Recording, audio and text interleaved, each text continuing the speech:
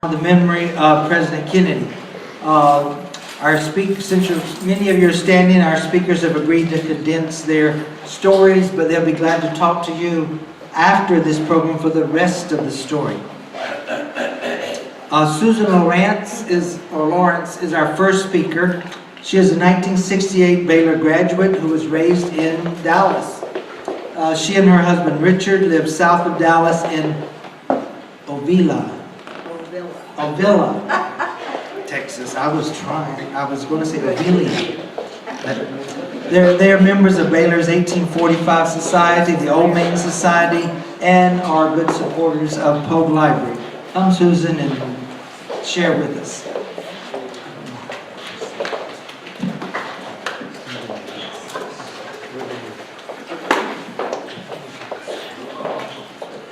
Okay, I'm sure you're wondering what's with the get-up.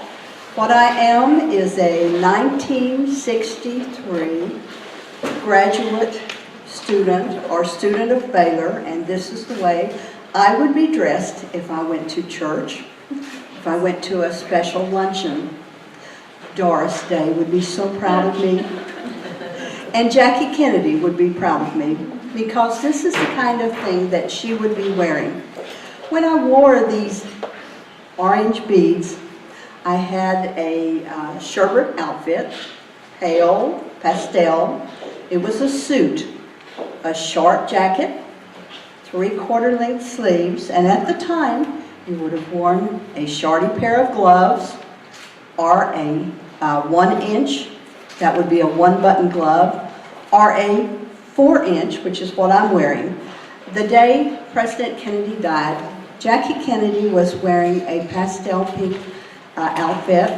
I remember it sort of more as red, but that's because she was sitting down when she went by me, and she had a very dark collar on, in contrast, on her outfit. She was wearing a pillbox hat, which was very typical. If anyone has seen any of the Doris Day movies, you would recognize me with the heavy beads. I came into Baylor in 1961. It was a time of innocence from the 50s. We had a wonderful time. The country had recovered from the Depression. We had recovered from World War II. There was, everybody was so happy. They had food on the table. They had jobs. There was prosperity. They were even sending their girls to college. What a change. There was no birth control pills. There was no sex education. You could not vote until you were 21. So I did not vote in the 1960 presidential election. I could not vote. And as a matter of fact, most countries, no one could vote until the age of 21 in anywhere until World War II. That started changing, and it took 20 to 25 years to make it change. In '63, I was in a funk. I was at home. My parents had just moved. I had to drop out of Baylor because of financial issues. And I was so discouraged. I thought, what in the world? How will I ever get an education? I am stuck. I was babysitting a foster daughter that belonged to my mother, and it seemed like a really gloomy morning. And as I read later, it was a gloomy morning, but midway through the morning, the sun came out. It was turned into a beautiful day, and I was watching in Duncanville on the television. The president was coming to Dallas, Texas, from way up north. That was an exciting event. Everyone was so happy. So many young people got out of school. Whole families went to the parade. It was a big deal. So I just thought, well, wait a minute. I don't have a dime to my name, but I have a car. So I said, well, Belinda, would you like to go to a parade? Well, she's 4, so sure. So I gathered her up, I put her in my car, and I think it was a '68 Chevrolet, And we started north on Highway 67 to downtown Dallas. Now, I didn't have any money, and I'm going to downtown Dallas. So what am I going to do?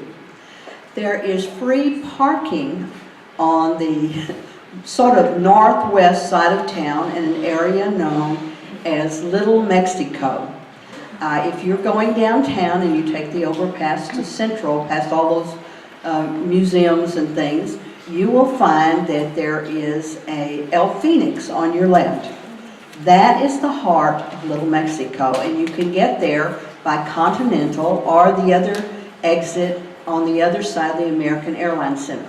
So that's where I went. I cut in right there, and I parked in front of some little shops. They have a little Mexican trinket shop where you could buy all kinds of things from Mexico. And it really was a community, a very active community at the time. And we got out and we started walking east, because where President Kennedy was coming from, he was on the north side of Dallas, and he was traveling sort of southeast to get to the east end of Dallas area. Now, he was assassinated in the west end, very close to the Trinity River. So Dallas is a river, okay? Trinity River doesn't have enough sense to go north and south and east and west. So to get across it from the south, you're not really going from the south to the north, you're kind of going east.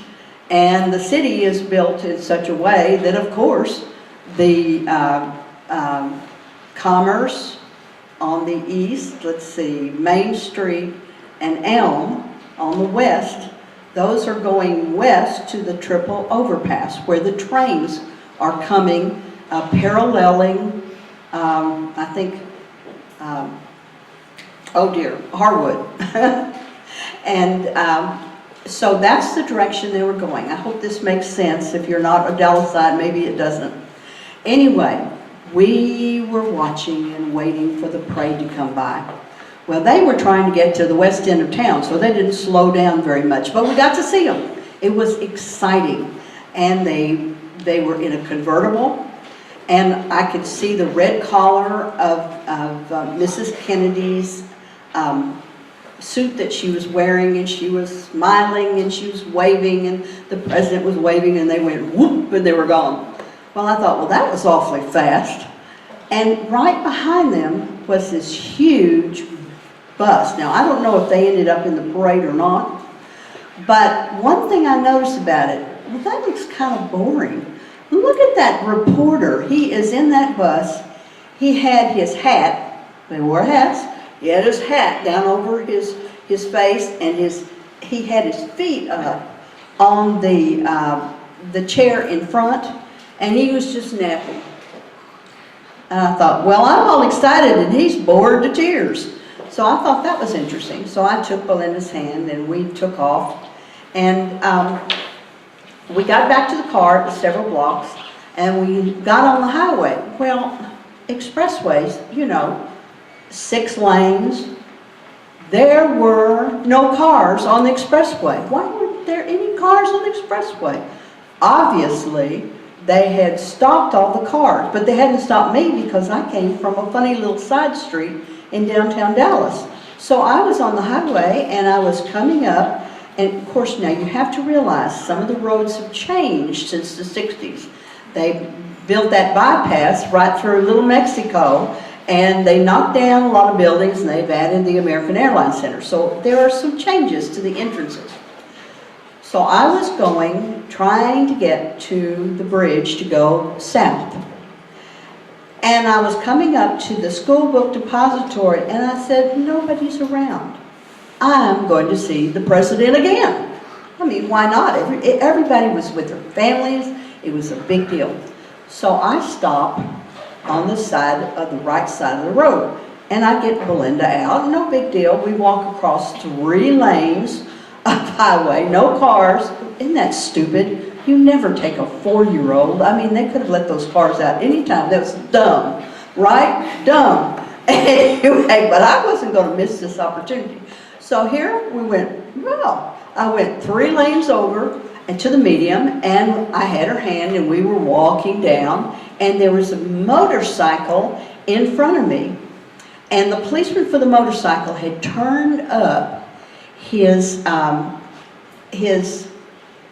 whatever, radio, thank you, radio, okay. He had turned up his radio all the way, and he had gone down to the entrance to the expressway going north, and you need to know, going north to the hospital, to where the speaker would be speaking, to the airport, and the school book depository was on my right with the big billboard and the, you know, they were probably further away than I remember them. You know, it's been 50 years. And the policeman was in the middle of the entrance, down a little way. And he kind of looked, turned around, looked at me. Oh, I'm a young woman with a kid. He didn't think anything about me. And we were almost to the motorcycle when the radio went wild. It went wild. And I knew something bad had happened. And it may have been that I might have heard the ricocheting of the sound of the bullets. I don't know. But I knew something bad had happened. I took Belinda's hand and I said, honey, we need to go. And we took off back down the median, and I went across as soon as I could to get to my car. The policeman whipped around, started running toward his motorcycle. I got in the car and I was really worried about what had happened because we'd been having such a great time with all the kids out of school. So I started down going toward the bridge, and there was another family standing out by their car. And of course there's no air conditioning in that day and time, so all the windows are down in your car. And I slowed down and I wanted to know what had happened. And they said, have you heard? The president has been shot. And they said, do you think he's all right? And of course, I'm 18, 19, 20 years old. I can't even remember at this time. I said, well, of course he's going to be all right. It's the president of the United States. It's my hometown of Dallas. Nothing ever happens in my hometown of Dallas, right? We had 10 years of a perfect life. And I said, don't worry about it. Well, of course, when I got home and turned on the television, I found out that, yes, he had been shot, and yes, he died. The key to all of this to remember is that in everybody's life, we have a defining moment. The moment before and the moment afterwards. And for a lot of my generation, a lot of us who were in the 60s, that defining moment was when our president was murdered in the streets of Dallas. Thank you.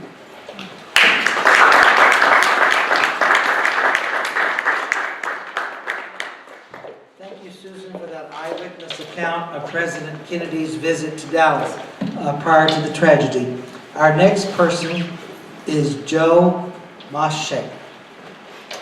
He is a retired county commissioner for Precinct 3, a resident of West, and current board member of the History of West Museum. Thank you, Joe. Thank you. Thank you very much. It's an honor to be here. And I'm so impressed with this museum, what Baylor University has done. Very, very interesting things.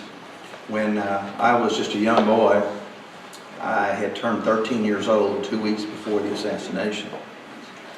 I was just coming into puberty a little bit and didn't get into who was president and what was going on in politics at that time.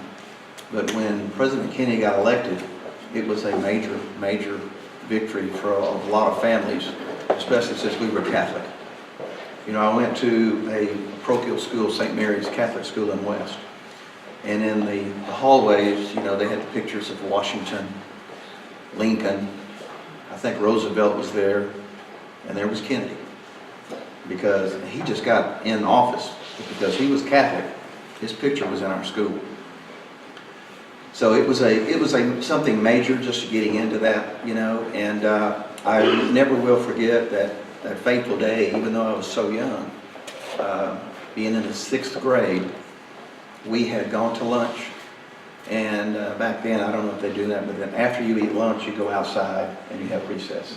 And you play and everything else like you do, you know, carefree. Well, the bell rings, you line up outside the door, straight line, they march you in to the school, and as we were going up, our classroom was on the 2nd floor. As we were going up the steps, I'll never forget this, somebody started saying, President Kennedy got shot. President Kennedy got shot. And everybody started talking, President Kennedy got shot. And the next thing you know, by the time we got up into our room, our teacher was a nun. And she had to calm us all down because everybody was all upset. Everybody was talking and screaming, and she calmed us all down. And she made a statement about, yes, President Kennedy has been shot in Dallas. And right now we're going to say a prayer. So we all stood up and we said the Lord's Prayer together. And again, probably about 30 or 45 minutes later, I don't know, I was a young boy, but somebody came into the room and told the teacher that President Kennedy had died. So we said more prayers. And it was probably up until the march in Washington, D.C., when they had the parade down there where he was being pulled by the horses, because even as a young boy, I remember seeing that on TV. I've never seen anything like that before. And thousands and thousands and thousands of people lining up the streets. And the picture of little John saluting, it kind of puts a tear in your eye, you know, how sad this is. And over the years, we would say prayers in church for President Kennedy up until they buried him. And it was a big impact on my life.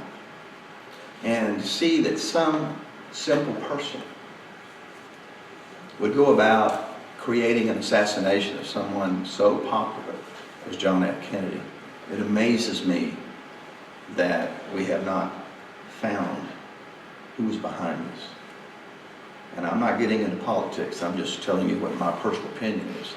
Somebody is behind this. But you know, to have these files that are not, still to this day, not released by the government, tells us something.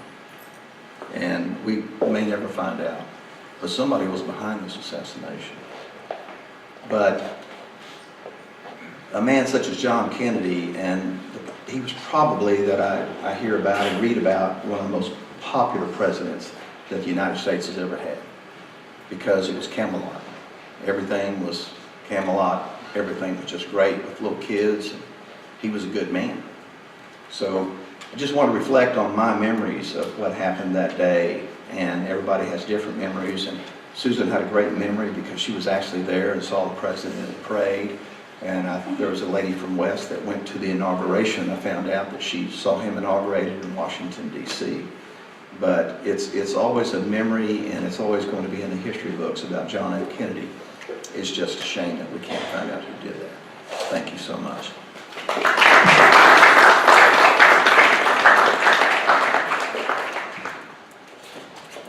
Thank you, Joe. And now we have a lady who's also a resident of West. Mimi Irwin is the proprietor of the Village Bakery, a longtime friend of Poage Library, and a member of the McLennan County Historical Commission. Come, Mimi.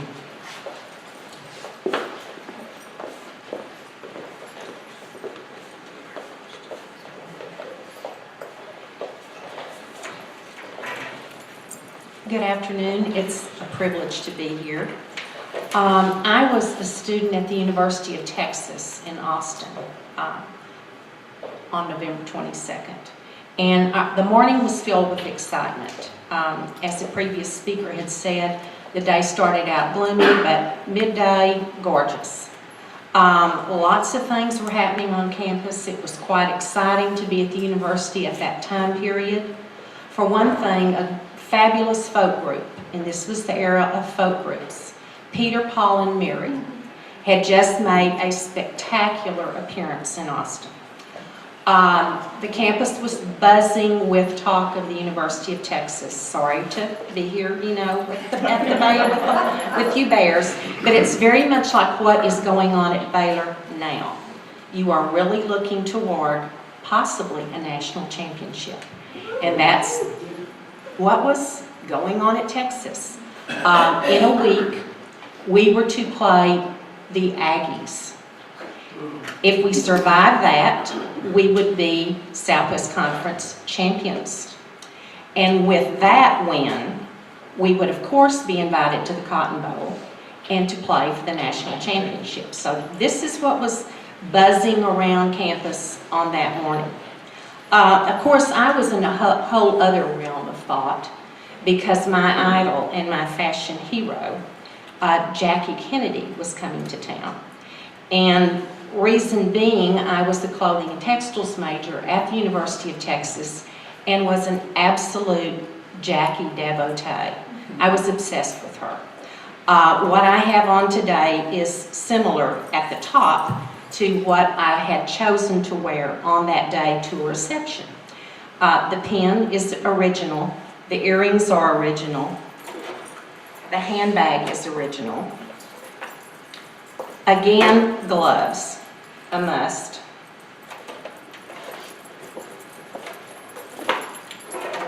The Jackie O glasses, and of course the charm bracelet, a must-have accessory.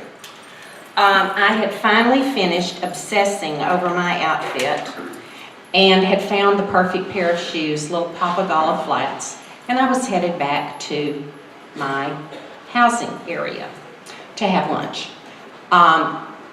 My role that day, and why I'm here, I was part of a student committee from the University of Texas Student Union, and I was on the hospitality committee, and as such had been selected along with some other students to greet the Kennedy party and all of these dignitaries that were coming to Austin to a reception at the Municipal Auditorium, which is now Palmer Auditorium.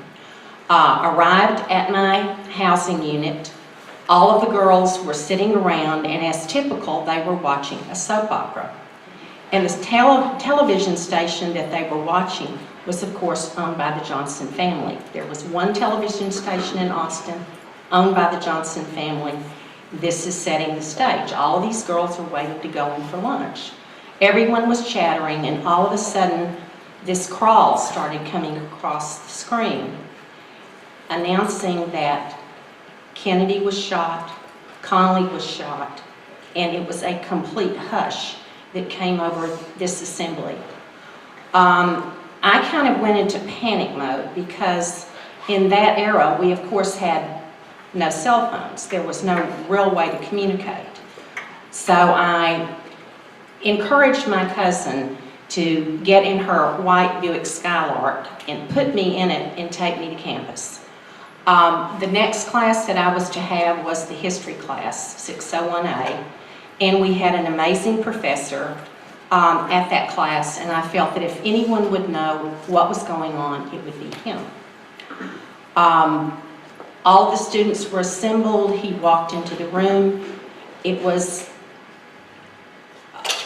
probably about 1:15, and he announced that the president had been pronounced dead at Parkland Hospital.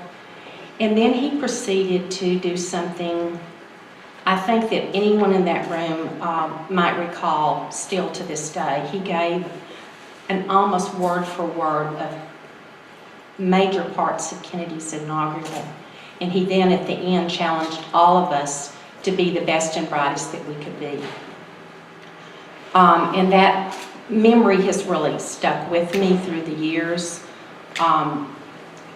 I happened to be in New York on 9/11, and that became, his words became a mantra for me to get through that day.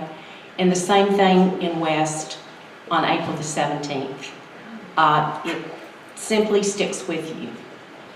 And I think that the Kennedy message of being the best that you can be and finding it within yourself to move forward should be something that we remember today. So thank you for allowing me to be here.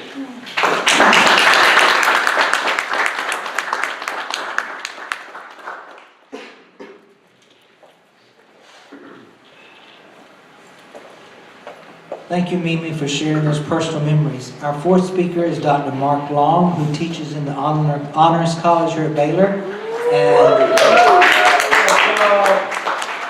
we owe Mark for our large student contingent today. Mark is always looking for ways to encourage students to visit Poage Library. You hit a home run today. Thank you, Ben.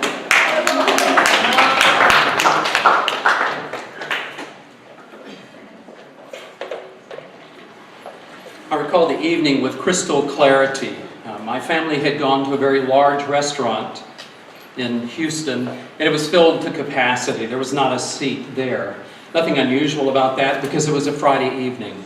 What was unusual is that there was a kind of eerie silence over the whole restaurant. The only sounds that you could hear were those of the clatter of silverware and glasses being set on a table. People who wanted to talk would lean together and whisper to one another because the president had been shot. We got the news that day when I was in school. I was in social studies class when the announcement came that the president had died. And the news hit me with a special kind of force because I had seen our president the year before. I recall the day so well in September of 1962 when all of the students from our school, only a mile from Rice Stadium, were bused to the stadium to hear the president give what would become probably the most important policy speech of the 1960s. The president came to our city, to Houston, and to Rice Stadium to announce what the next step would be in the space program and the role that Houston would have in it. My dad had been a pilot in World War II. I grew up with his stories of air combat. For my own part, I would go out in front. We had a very tall sycamore tree, and that 50-foot tall sycamore tree was my Saturn V rocket. And I would sit in the top of the tree and imagine what space exploration would be like. And now on that day in 1962, the president had come, he had described the space program, and my heart soared. I recall the speech. I recall sitting on the east side of the stadium, the president and the podium on the west side, down on the field of the stadium at the 50-yard line. All of the dignitaries who were there, the brass who would be seated beside him, and the president standing to announce that in our city, the city of Houston, this space program would have a special place. Part of what he said that day, and I'll never forget it, is that as he talked about the challenge that was in front of us, the president said, we'll have to develop new alloys, metals that do not now exist, to be able to withstand the intense heat of re-entry. And then he paused and joked, almost as hot as it is here today. A month later, our president would lead us through the darkest days of our nuclear history. Those of us who were alive then can remember well the Cuban Missile Crisis. And I recall that my parents, and I don't use the word lightly, my parents were terrified. And I recall that day in October, sitting outside waiting for my friends. It was after school. We were going to play a game called Rough House. It was like football put on real steroids. It was a brutal kind of sport that we had made up, but I was waiting for them. No one had yet come, and I thought, this could be the last day on earth. And now a year later, my president who had made my heart soar, my president who had taken us through the Cuban Missile Crisis, was dead in another city. I was shattered. And those who have already spoken will remember well, and others who are in the room, what it was like in the days that followed. The images that will never leave our minds.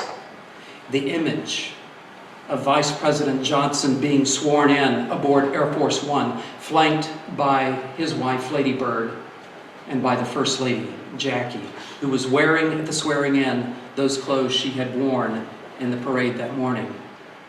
The image at the parade is little John, 3-year-old John, stood at attention and saluted his father.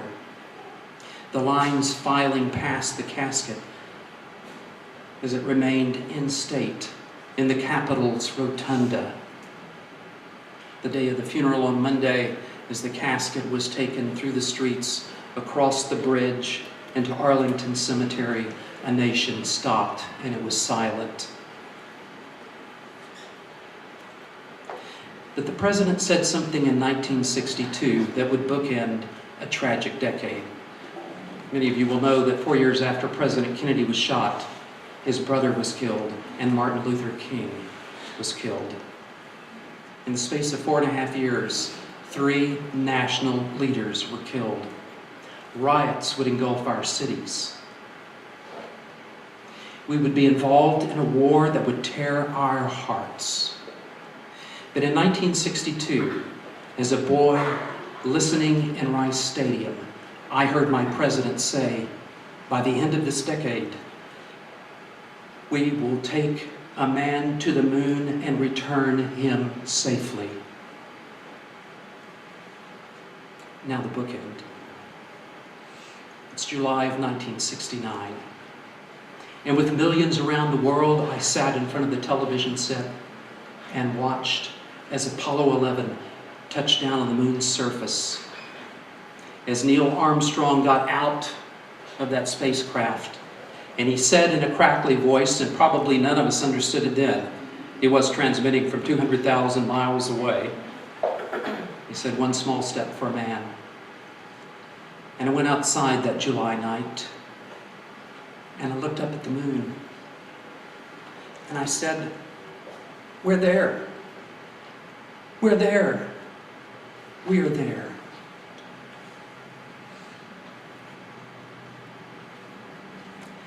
It was a decade marked with tragedy and with loss. But our president gave us hope.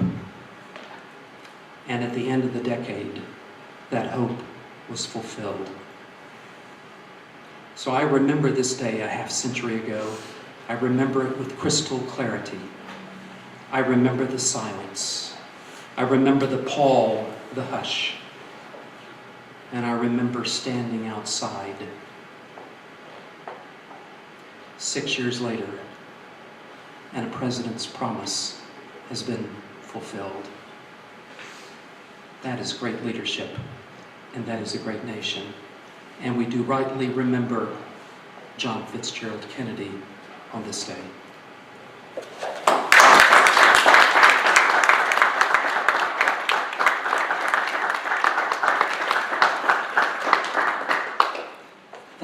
Thank you, Mark, for putting your memories in perspective.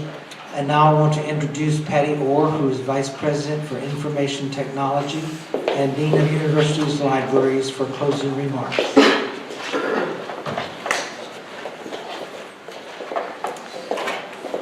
Well, first, just let me add my thanks to all of the speakers today who've shared their personal experiences on November 22nd, 1963. It's a treasure to share that with you today and to hear about your experiences. And as one of the speakers has said already, this day, these moments defined our generation. And there's not a person that's got a little gray hair like me or like some of these speakers that can't tell you exactly what they were doing when this happened. And some, like Susan, were right there in downtown Dallas. And I'm actually from Duncanville. You mentioned Duncanville. Dallas was my hometown. I was born in Dallas. I was in Dallas as well. Some were in Houston, some were all over the world. But you just ask anyone in this generation and they'll be able to tell you right away what happened. And some of us were doing very interesting things, going to the parade or involved in some way in the ceremonies that were happening down at UT or other things like that. And some of us were just living the mundane. We were just living our life, you know, it was just another day. But there wasn't a single little girl in Texas that didn't know that the Kennedys were coming to Dallas, and I was certainly one of those little girls. I was 9 years old. I was in the 4th grade. And we had been hearing about it for weeks. We knew this was about to happen, and we were very proud for the president to come to my hometown. And as things would happen, I was in an unusual place on that day, not a terribly interesting place, but I was having foot surgery. So I was actually in downtown Dallas in Methodist Hospital. You thought I was going to say Parkland, didn't you? But I was not in Parkland Hospital, I was in Methodist.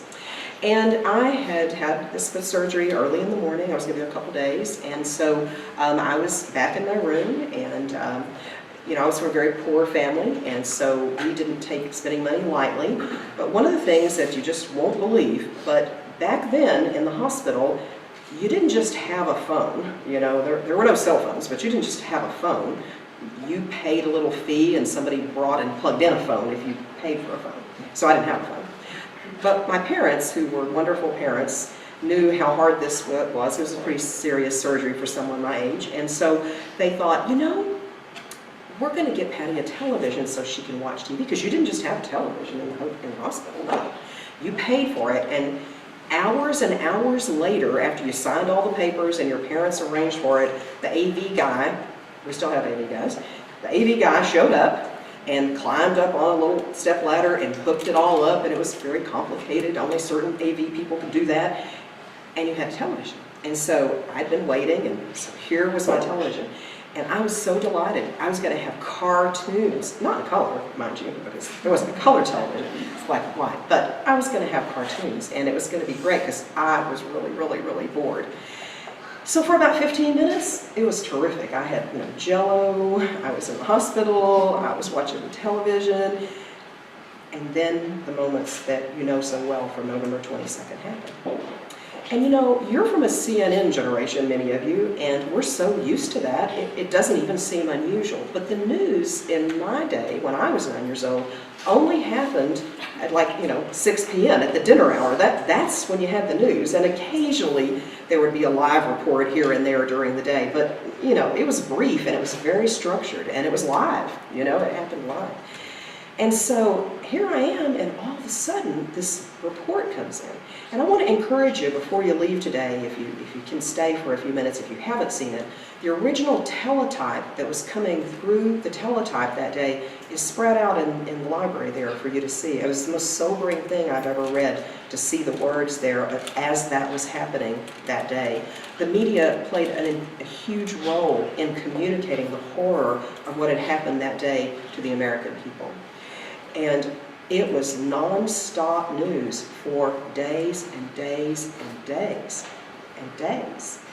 And you are used to seeing things from all over the world and live and all that. This was not the norm. And all of us, it was a defining moment because of the significance of the loss of our president and a great leader, but because as a nation, we were bonded together. There's not anyone my age who can't tell you about little John doing the salute in his little blue coat. There's a picture of that over in the other side of the library. Everyone saw that together. It was like nothing we'd ever experienced. And when Walter Cronkite took off his glasses and began to cry, to tear up, you never saw that on television. Television was very formal. And it was just, the humanity of day in, day out, all these hours of these reporters bringing us everything they could tell us. And in Dallas, it's just such a time of sadness, something we had looked forward to so much, and such embarrassment, such shame to see our city having something happen to the president. I wasn't with my friends. All my friends were in school or in, normal kind of situations. I was at the hospital. And I got no attention at the hospital for hours because all the nurses were sobbing and were out in the hall. It was like, God bless you, take an aspirin, we'll be back in a minute. Everyone was so upset, and of course it was told that the president would be taken to Parkland, But it was a very sad day. A lot of my friends talk about being with their teachers or their professor or their friends, and I was kind of like, hey people, people, I'm still in here, It was a very confusing time for people much older than I was. No one understood how this could have happened. It was terribly sad. But I had a front row seat. I had a front row seat to see all of the details unfold as this happened, and it certainly will be something I'll never forget. And to see the resiliency that we had as a nation. Because honestly, as Dr. Law said, his parents were scared during the missing crisis. All of us had been terrified just a short time before. And to lose our president, our young, vibrant, handsome, well-spoken president, to be so vulnerable, and I think it really scared us. We didn't know what would happen next. And some of you lived through 9/11, and many of you did. And you saw just the fear, what's going to happen? Because you don't know what would happen next. And after we lost John F. Kennedy, we didn't really know. And at the same time, we were so horrified at that loss. Then here was LBJ from Texas, the vice president, becoming the president to take care of us in the nation. And I was listening this morning to KWBU, and they talked about that day and the preparations that had been being made in Dallas and how the people of Dallas felt about today. And they wanted so much to do it right. They wanted so much to do anything they could today to celebrate this, to try to say, you know, here in Dallas, you know, we care, we're so sad this happened in our city 50 years ago, but we're not a city of hate or shame. We're a city that loved our leaders, and we want to do what we can today to remember them. And I just want to thank you for being here today. It's meant a lot to us, all of the speakers. Thank you. It was so personal and so kind for you to share your experiences, and we're glad that you're all here. I want to tell you that this exhibit is actually going to be open until May of 2014. So if you can't spend today with the time you'd like to come and look at all of the materials, we hope you'll come back. We hope you'll come often. We hope you'll bring a friend and really enjoy learning about the history of this period and the Camelot. If you don't, some of you may not quite know what that means, but if you don't know why it was Camelot, come and enjoy that. We tried in the exhibit, Ben Rogers, our director, to not just show the assassination, but also show the life that the Kennedys lived and what life was like in 1963. So we really hope that you'll take advantage of that. We thank you again, and let's give a hand to all the speakers and to Ben Rogers.